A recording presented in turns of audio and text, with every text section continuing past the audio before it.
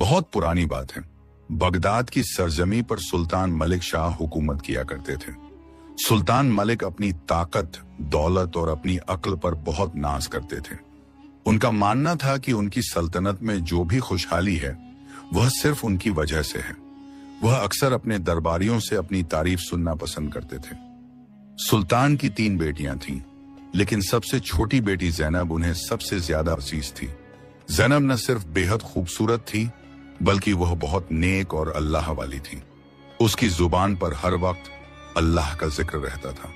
एक दिन सुल्तान का दरबार सजा हुआ था। तमाम वजीर और अमीर मौजूद थे। सुल्तान ने खुश होकर अपनी बेटियों से एक सवाल पूछा। उसने बड़ी बेटी से पूछा, बेटी, तुम्हें यह कीमती लिबास और यह लजीज खाना कौन देता है? बड़ी बेटी ने खुशामद करते हुए कहा, अब्बा हुजूर, यह सब आपकी मेहरबानी है। आप ही हमारे पालनहार हैं। सुल्तान यह सुनकर बहुत खुश हुआ। उसने यही सवाल मंझली बेटी से किया। उसने भी यही जवाब दिया कि सब कुछ सुल्तान की बदौलत है। आखिर में सुल्तान ने अपनी सबसे चहेती बेटी ज़ैनब की तरफ देखा और पूछा, ज़ैनब, तुम बताओ, तुम्हें ये शानो शौकत, ये रिस्क और ये इज्जत कौन देता है? ज़ैनब ने बहुत अदब से सिर झुकाया और धीमी लेकिन मजबूत आवाज में कहा, अब्बा जान, बेशक आप मेरे वालिद हैं और मैं आपकी इज्जत करती हूं, लेकिन हकीकत यह है कि मुझे, आपको और इस पूरी कायनात को रिस्क देने वाला सिर्फ अल्लाह है। आप तो महज एक जरिया हैं, असल मालिक तो वही है। दरबार में सन्नाटा छा गया। सुल्तान का चेहरा गुस्से से लाल हो गया। उसके गुरूर को जैसे किसी ने कांच की तरह तोड़ दिया हो।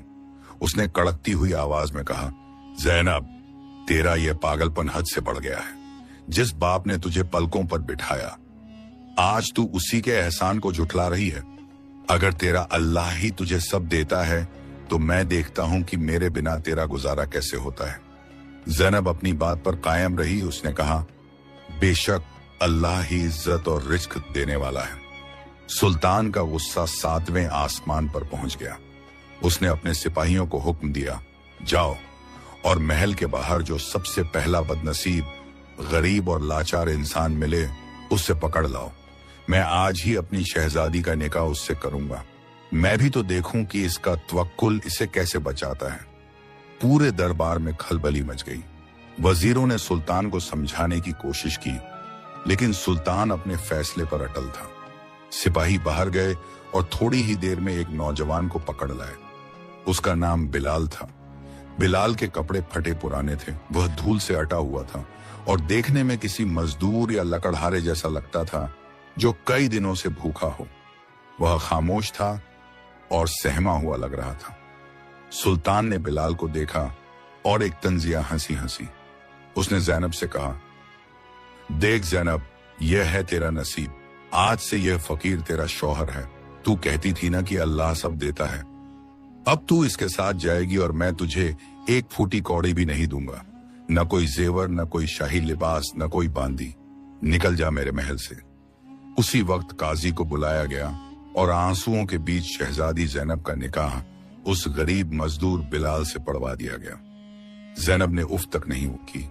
उसने अपनी आंखों से आंसू पोंछे और दिल में कहा, या अल्लाह, यह तेरा इम्तिहान है और मैं इसमें कभी नाउम्मीद नहीं होंगी। महल से रुखसती का वक्त आया। ज़ैनब ने वो कीमती कंगन और हार उतार दिए जो उसने पहने थे। वह सिर्फ एक साधारण सूती लिबास में खाली हाथ उस अजनबी शख्स बिलाल के साथ महल के आलीशान दरवाजे से बाहर निकल गई। सुल्तान खिड़की से यह तमाशा देख रहा था। उसे यकीन था कि ज़ैनब कुछ ही पलों में रोती हुई वापस आएगी और माफी मांगेगी। बिलाल खामोशी से आगे चल रहा था और ज़ैनब उसके पीछे। शहर के लोग उन्हें हैरत से देख रहे थे। चलते चलते शाम हो गई। शहर की आबादी खत्म हो गई और वे एक वीरान इलाके में पहुंचे। वहां एक टूटी फूटी झोपड़ी थी जिसकी छत से आसमान दिखाई दे रहा था। बिलाल रुका और उसने पहली बार मुंह खोला। उसकी आवाज में शर्मिंदगी और दर्द था। शहजादी, यही मेरा घर है। मेरे पास आपको खिलाने के लिए सूखी रोटी के सिवा कुछ नहीं है और न ही बैठने के लिए कोई तख्त है। बादशाह ने गुस्से में आपकी जिंदगी बर्बाद कर दी। ज़ैनब ने झोपड़ी की तरफ देखा। कहां वो मखमली बिस्तर और कहां यह धूल भरी जमीन। एक पल के लिए उसका दिल एक घबराया, लेकिन फिर उसे अपना जवाब याद आया, अल्लाह ही मालिक है। उसने मुस्कुराकर बिलाल से कहा, आप फिक्र न करें, महलों में रहने की आदत अल्लाह ने दी थी, अब इस झोपड़ी में रहने का सब्र भी वही अल्लाह देगा। मेरे लिए सबसे बड़ी दौलत मेरा ईमान और आपका साथ है। रात घिर आई थी, झोपड़ी में अंधेरा था। बिलाल ने कहीं से थोड़ी सी सूखी लकड़ियां जमा की और आग जलाई। दोनों ने पानी पीकर पेट भरा, क्योंकि खाने को कुछ नहीं था। जैनब ने जमीन पर अपना दुपट्टा बिछाया और अल्लाह के सजदे में गिर गई। उस रात बगदाद के आलीशान महल में सुल्तान मखमली बिस्तर पर करवटें बदल रहा था।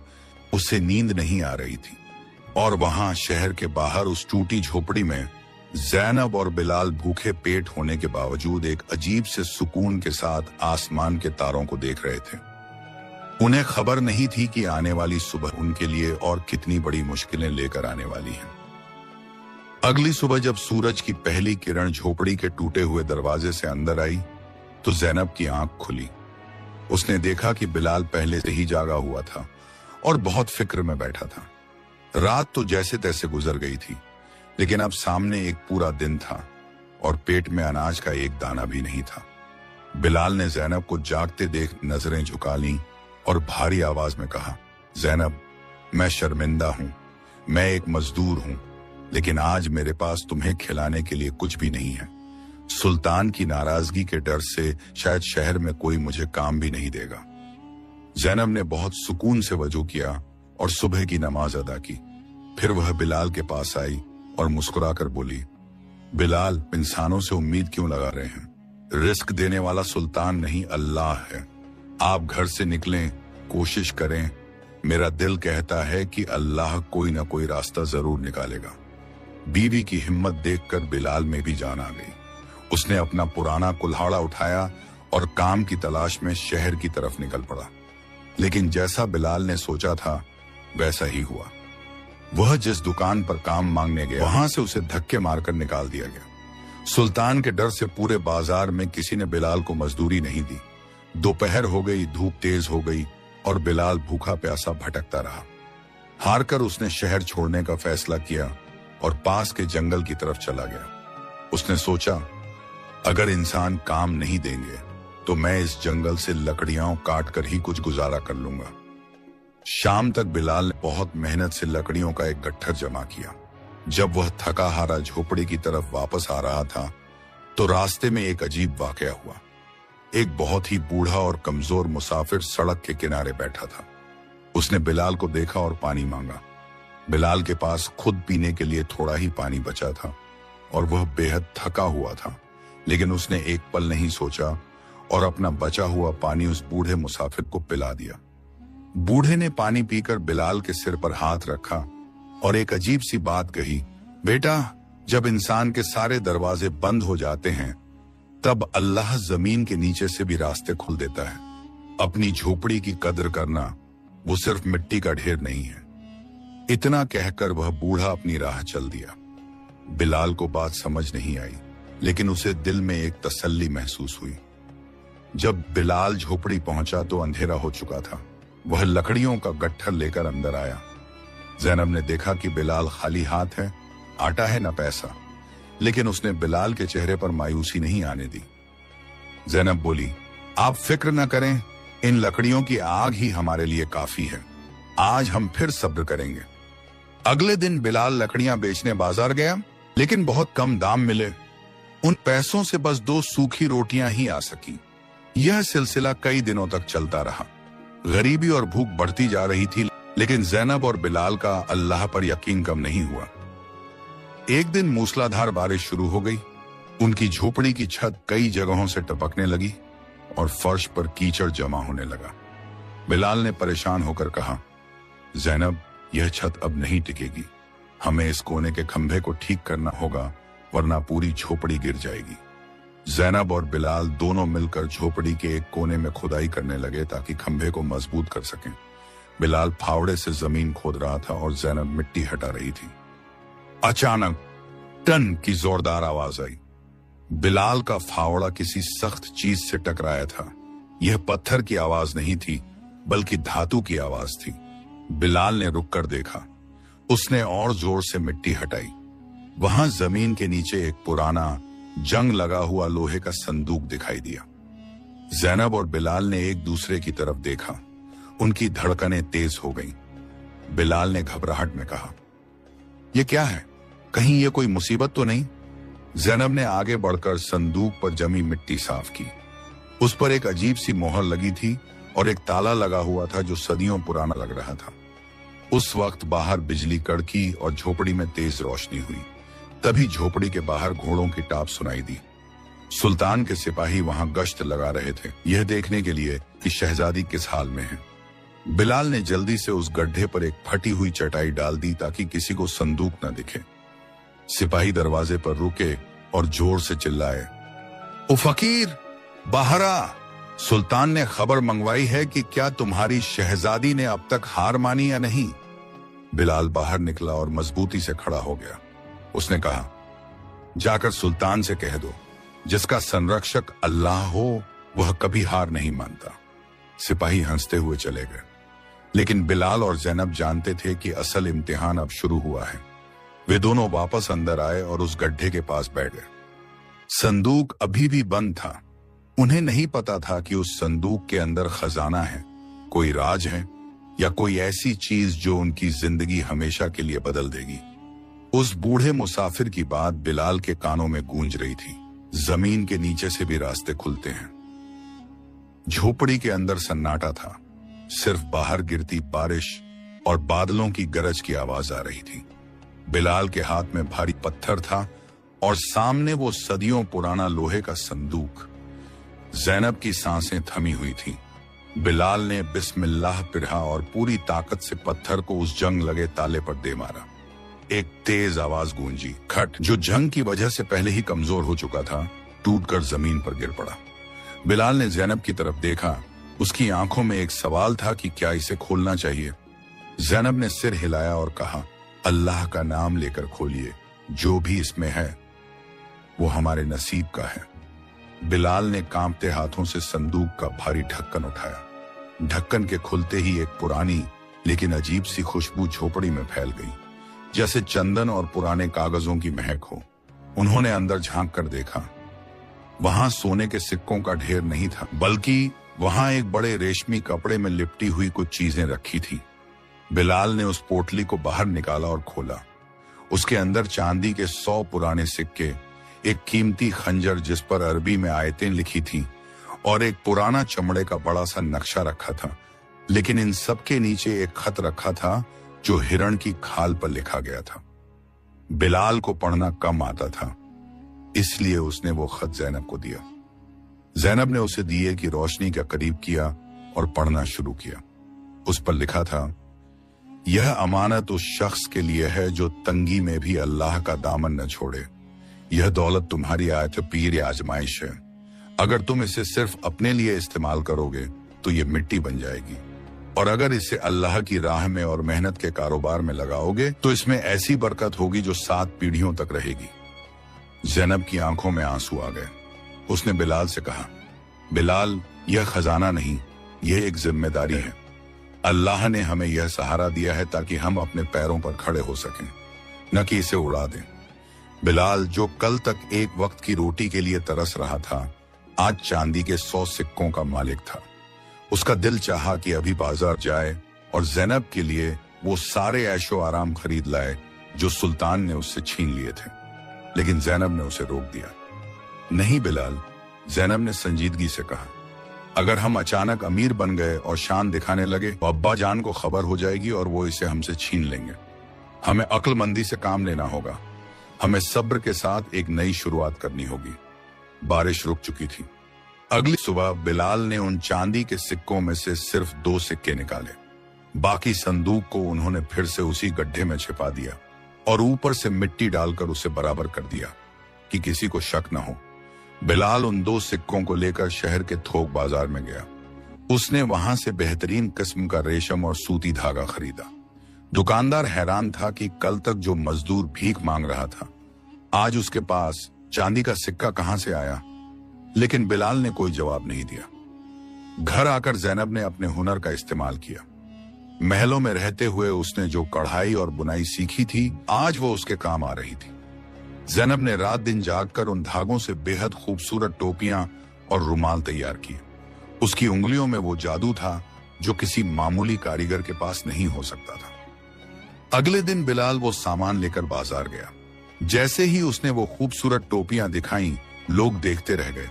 शाही खानदान के लोग और अमीर सौदागर उस नफासत को देखकर दंग थे। देखते ही देखते बिलाल का सारा सामान दोगुने दाम पर बिक गया।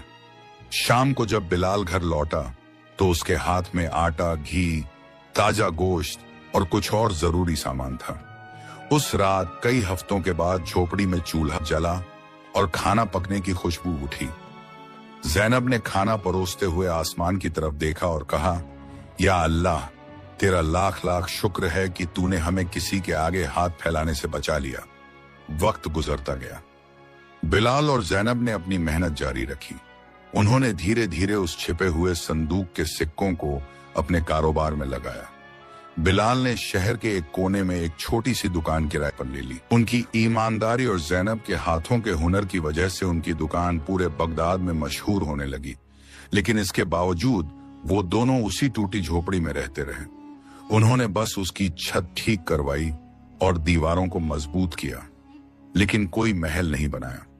वो नहीं चाहते थे कि उनकी कामयाबी का शोर सुल्तान के कानों तक पहुंचे। वो अपनी सादगी में खुश थे। दूसरी तरफ महल में सुल्तान मलिक शाह का हाल बुरा होता जा रहा था। जब से उसने अपनी बेटी को घर से निकाला था, उसका दिल बेचैन रहने लगा था, लेकिन उसका गुरूर उसे अपनी गलती मानने से रोक रहा था।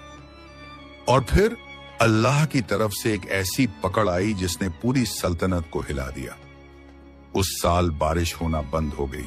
सावन आया और सूखा गुजर गया। दरियाए दजला पर का पानी घटने लगा। खेत सूखकर बंजर हो गए। बगदाद, जो अपनी हरियाली के लिए जाना जाता था, वहां धूल उड़ने लगी। किसानों के पास अनाज खत्म हो गया। बाजारों में कीमतें आसमान छूने लगी। जो सुल्तान कल तक अपनी दौलत पर नाज करता था, आज उसके खजाने तो भरे थे, लेकिन उसकी रियाया दाने दाने को मोहताज हो रही थी। सुल्तान ने दूसरे मुल्कों से अनाज मंगवाने की कोशिश की, लेकिन कुदरत का करना ऐसा हुआ कि रास्तों में तूफानों ने शाही काफिलों को रोक दिया। महल के गोदाम भी धीरे धीरे खाली होने लगे। एक दिन दरबार में वजीर आजम ने घबराते हुए कहा, बादशाह सलामत, शहर में पानी की भी किल्लत हो गई है। कुएं सूख रहे हैं, लोग प्यास से तड़प रहे हैं। अगर जल्द कुछ न हुआ तो बगावत हो जाएगी। सुल्तान ने गुस्से में कहा, तो मैं क्या करूं? क्या मैं बादलों को हुक्म दूं? यह सब जादूगरों की साजिश है।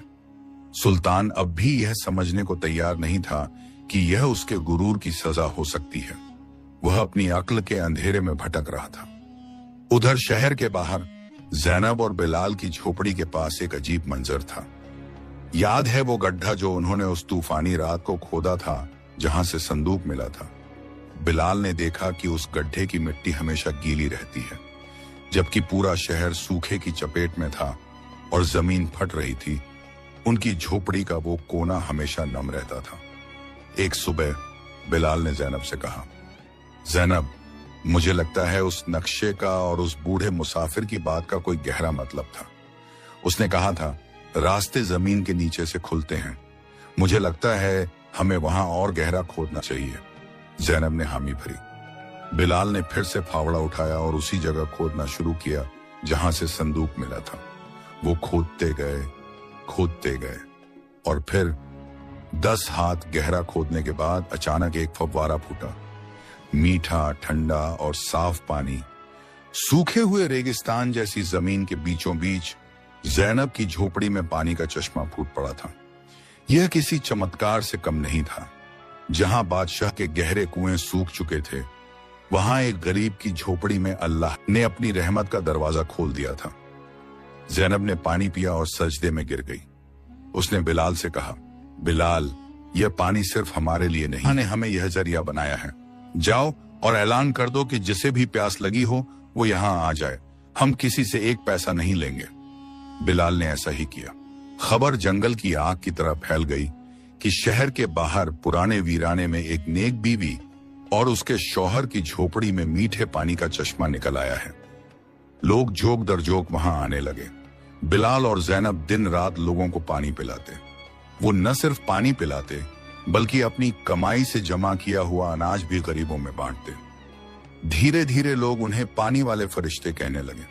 किसी को नहीं पता था कि वो नकाबपोश औरत कोई और नहीं बल्कि उनकी अपनी ठुकराई हुई शहजादी जैनब है। जैनब हमेशा चेहरे पर नकाब रखती ताकि कोई उसे पहचान न ले, क्योंकि वो शोहरत नहीं सिर्फ अपने रब की रजा चाहती थी। उधर महल में पानी का संकट गहरा गया था। शाही हौज सूख चुके थे। सुल्तान को भी अब गंदला और मटमैला पानी पीना पड़ रहा था, जिससे उसका गला खराब हो गया और सेहत बिगड़ने लगी। एक दिन सुल्तान के एक खास जासूस ने खबर दी, हुजूर, शहर के बाहर एक फकीर की कुटिया है। सुना है वहां कुदरत का कोई करिश्मा हुआ है। वहां का पानी इतना मीठा और ठंडा है कि पीते ही बीमार ठीक हो जाते हैं। और वो लोग बहुत सखी हैं, मुफ्त में सबको पानी और खाना देते हैं। सुल्तान, जो बीमारी और प्यास से बेहाल था, यह सुनकर चौंका। उसके अंदर की प्यास उसके गुरूर से बड़ी हो गई थी। उसने कहा, तैयारी करो, मैं खुद भेष बदल कर वहां जाऊंगा। मैं देखना चाहता हूं कि मेरे सूखे हुए शहर में ऐसा कौन है जिस पर खुदा इतना मेहरबान है। शाम ढल रही थी। जैनब और बिलाल लोगों की सेवा करके थक चुके थे, लेकिन उनके चेहरों पर एक रूहानी सुकून था। तभी घोड़ों की टाप सुनाई दी। कुछ घुड़सवार वहां रुके। उनके बीच में एक बूढ़ा शख्स था जिसने अपना चेहरा एक शॉल से ढक रखा था। वो कोई और नहीं, सुल्तान मलिक शाह था, लेकिन बीमारी ने उसे इतना कमजोर कर दिया था कि पहचानना मुश्किल था। सुल्तान घोड़े से उतरा और लड़खड़ाते हुए झोपड़ी की तरफ बढ़ा। बिलाल ने दौड़कर उसे सहारा दिया। सुल्तान ने कांपती आवाज में कहा, ए नेक बंदे, सुना है तुम्हारे पास प्यासों के लिए पानी है। एक बूढ़े मुसाफिर का गला सूख रहा है, क्या तुम मेरी मदद करोगे? बिलाल ने सुल्तान को नहीं पहचाना, लेकिन जैनब ने जैसे ही उस आवाज को सुना, उसका दिल जोर से धड़का। वो आवाज, वो लहजा, उन उसके वालिद थे। वही बाप जिसने उसे धक्के देकर निकाला था। आज वही बाप उसके दरवाजे पर एक प्यासे फकीर की तरह खड़ा था। जैनब की आंखों से आंसू बह निकले। वो अंदर दौड़ी और मिट्टी के प्याले में ठंडा पानी भरा। उसके हाथ कांप रहे थे। क्या उसे सामने जाना चाहिए? क्या उसे बता देना चाहिए कि वो कौन है, या फिर चुपचाप एक अजनबी की तरह उनकी मदद करनी चाहिए? जैनब ने खुद को संभाला। उसने सोचा, आज बदला लेने का नहीं बल्कि यह साबित करने का वक्त है कि मेरा अल्लाह किसी को महरूम नहीं रखता। जैनब प्याला लेकर बाहर आई। उसने अपना चेहरा नकाब में पूरी तरह छिपा रखा था। उसने खामोशी से वो प्याला अपने पिता की तरफ बढ़ाया। सुल्तान ने कांपते हाथों से प्याला लिया। जैसे ही उसने पहला घूंट भरा, उसे लगा जैसे उसके जिस्म में जान आ गई हो। पानी वाकई अमृत जैसा था। पानी पीने के बाद सुल्तान ने एक गहरी सांस ली और प्याला वापस करते हुए जैनब के हाथों की तरफ देखा। सुल्तान की नजर जैनब की कलाई पर पड़ी।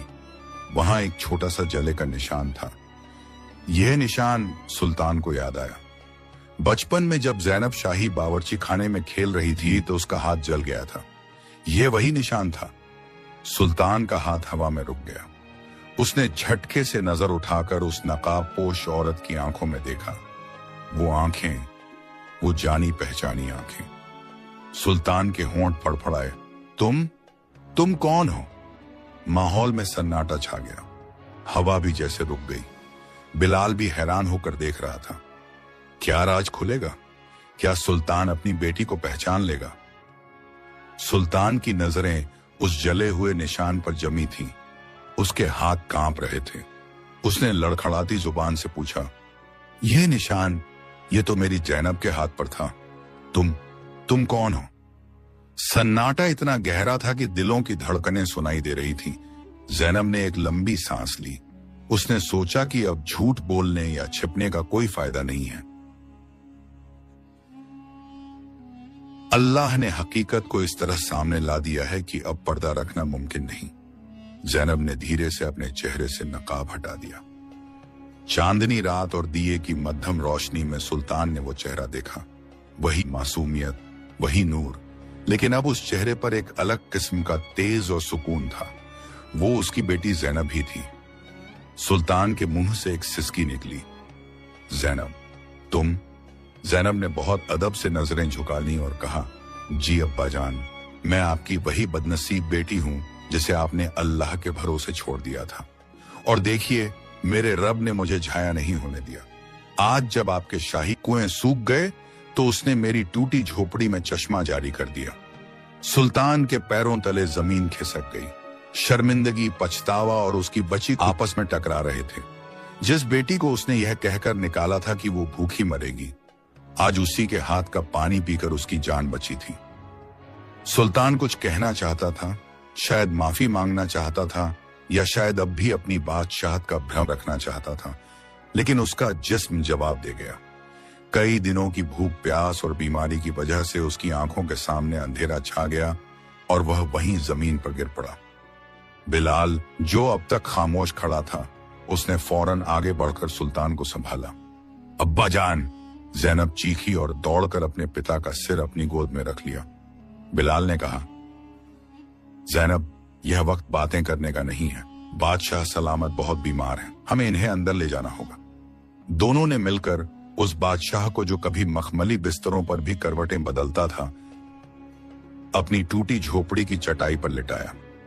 उधर महल में एक अलग ही खेल चल रहा था। सुल्तान के गायब होने की खबर सिर्फ उसके खास अंगरक्षकों को थी, लेकिन वजीर आजम हामिद बहुत चालाक और मक्कार इंसान था। उसे सुल्तान की बीमारी और कमजोरी का अंदाजा पहले से था। जब सुल्तान भेष बदलकर महल से निकला था तो वजीर के जासूसों ने उसे देख लिया था। हामिद ने इसे अपना सबसे बड़ा मौका समझा। उसने रात के अंधेरे में सेनापति को अपने कक्ष में बुलाया। हामिद ने शातिराना मुस्कान के साथ कहा, सेनापति, सुल्तान का दिमाग बीमारी की वजह से काम करना बंद कर दिया है। वो पागलपन में महल छोड़कर कहीं चले गए हैं या शायद किसी जंगली जानवर का शिकार हो गए हैं। अब इस सल्तनत को डूबने से सिर्फ मैं बचा सकता हूं। सेनापति, जो वजीर का वफादार था, उसने पूछा, तो हुक्म क्या है वजीर साहब? हामिद ने, ऐलान करवा दो कि सुल्तान का इंतकाल हो गया है और सुबह होते ही मेरी ताजपोशी की तैयारी करो। और हाँ, मेरे जासूसों ने बताया है कि शहर के बाहर उस जादुई पानी वाली झोपड़ी के पास कुछ हलचल है। मुझे शक है कि सुल्तान वहां हो सकता है। अपने सबसे भरोसेमंद सिपाहियों को भेजो। अगर सुल्तान वहां जिंदा मिले तो उसे वहीं खत्म कर दो। मैं कोई गवाह नहीं चाहता। सत्ता की लालच ने वजीर को अंधा कर दिया था। वो भूल गया था कि सल्तनत अल्लाह देता है और वही छीनता है। झोपड़ी में जैनब पूरी रात अपने पिता के सिरहाने बैठी पट्टियां बदलती रहीं। उसने जड़ी बूटियों का काढ़ा बनाकर सुल्तान को पिलाया। बिलाल बाहर पहरा दे रहा। डर था कि कहीं सुल्तान के दुश्मन उनका पीछा करते हुए न आ जाएं। सुबह के वक्त सुल्तान को होश आया। उसने अपनी आंखें खोली और खुद को उस कच्ची छत के नीचे पाया। उसे कल रात की बातें याद आईं। उसे अपनी बेटी का चेहरा याद आया। उसने करवट ली और देखा कि सामने दीवार पर कुछ टंगा हुआ है। सुल्तान की नजरें जम गईं। वो चमड़े का पुराना नक्शा था जो बिलाल को संदूक से मिला था। सुल्तान ने उसे गौर से देखा। उसे अपनी आंखों पर यकीन नहीं हुआ। सुल्तान ने कमजोर आवाज में पुकारा, जैनब, बिलाल। जैनब दौड़कर आई। जी अब्बा जान, आप कैसे हैं? सुल्तान ने कांपती उंगली से नक्शे की तरफ इशारा किया। वो नक्शा तुम्हारे पास कहां से आया? बिलाल अंदर आया और उसने बताया, हुजूर, जब हम खुदाई कर रहे थे तो हमें जमीन के नीचे एक संदूक मिला था। ये नक्शा और वो खंजर उसी में थे। सुल्तान ने कोशिश करके उठने की कोशिश की। अल्लाहू अकबर, तुम्हें पता है यह क्या है? यह मेरे परदादा सुल्तान सुलेमान का खोया हुआ नक्शा है। हमारे बुजुर्ग बताते थे कि जब सल्तनत पर कोई बहुत बड़ी मुसीबत आएगी, जब पानी खत्म हो जाएगा और दुश्मन घेर लेंगे, तब यह नक्शा एक गुप्त तहखाने का रास्ता दिखाएगा। उस तहखाने में सिर्फ खजाना नहीं है, बल्कि एक ऐसी नहर, कैनल का नक्शा है जो पहाड़ों के नीचे से आती है और पूरे बगदाद को हमेशा के लिए पानी दे सकती है। सुल्तान की आंखों में आंसू थे। मैं सारी उम्र इस नक्शे को शाही कुतुब खाने में ढूंढता रहा। लेकिन यह मुझे नहीं मिला, क्योंकि मेरी नीयत में खोट था, मुझ में गुरूर था। अल्लाह ने यह नक्शा तुम दोनों को दिया क्योंकि तुम इसके हकदार थे, तुम्हारी नीयत साफ थी। तभी बिलाल ने सुल्तान को वो खत दिखाया जो संदूक में मिला था। सुल्तान ने उसे पढ़ा और फूट फूट कर रोने लगा। बेशक बेशक इज्जत और जिल्लत अल्लाह के हाथ में है। मैं हार गया ज़ैनब, मैं हार गया। माहौल बहुत जज्बाती था। बाप और बेटी के बीच की दीवारें गिर चुकी थीं। लेकिन तभी बाहर से घोड़ों की जोरदार टाप और चिल्लाने की आवाजें आईं। बिलाल ने दरवाजे की दरार से बाहर देखा। उसका चेहरा सफेद पड़ गया। ज़ैनब, सुल्तान, हम घिर चुके हैं। बाहर वजीर हामिद के 50 सिपाही नंगी तलवारें और जलती हुई मशालें लेकर खड़े थे। सिपाहियों का सरदार चिल्लाया, ओ झोपड़ी वाले, हमें पता है कि बूढ़ा सुल्तान अंदर है, बाहर आ जाओ वरना हम इस झोपड़ी को आग लगा देंगे। सुल्तान ने यह सुना तो उसका चेहरा गुस्से से लाल हो गया। शाही खून ने जोश मारा। उसने बिस्तर से उठने की कोशिश की। हामिद के कुत्ते, उनकी यह मजाल, लेकिन वो बहुत कमजोर था, उठ नहीं पाया। ज़ैनब ने बिलाल का हाथ पकड़ा। बिलाल, हमारे पास हथियार नहीं है, हम इनका मुकाबला कैसे करेंगे? बिलाल ने उस पुराने खंजर को उठाया जो संदूक से मिला था। ज़ैनब, अल्लाह ने हमें यहां तक पहुंचाया है, वो आगे भी हमारी हिफाजत करेगा। मैं बाहर जाकर उन्हें रोकता हूं।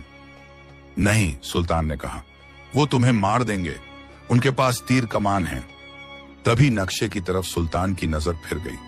रुको, इस नक्शे को देखो, इसमें इस इलाके का भी जिक्र है। देखो, यहां ठीक इस झोपड़ी के नीचे एक निशान बना है। बिलाल ने नक्शे को गौर से देखा। झोपड़ी के जिस कोने से पानी का चश्मा फूटा था, नक्शे में ठीक उसी जगह एक लाल निशान था और अरबी में लिखा था, मुक्ति का दरवाजा। सुल्तान ने कहा, यह पानी का चश्मा सिर्फ पानी नहीं है, यह उस प्राचीन गुप्त रास्ते का मुहाना है। अगर हम इस पानी के बहाव को थोड़ा मोड़ दें या इसके नीचे का पत्थर हटा दें तो शायद हम उस सुरंग में जा सकते हैं जो सीधे शाही किले के अंदर निकलती है।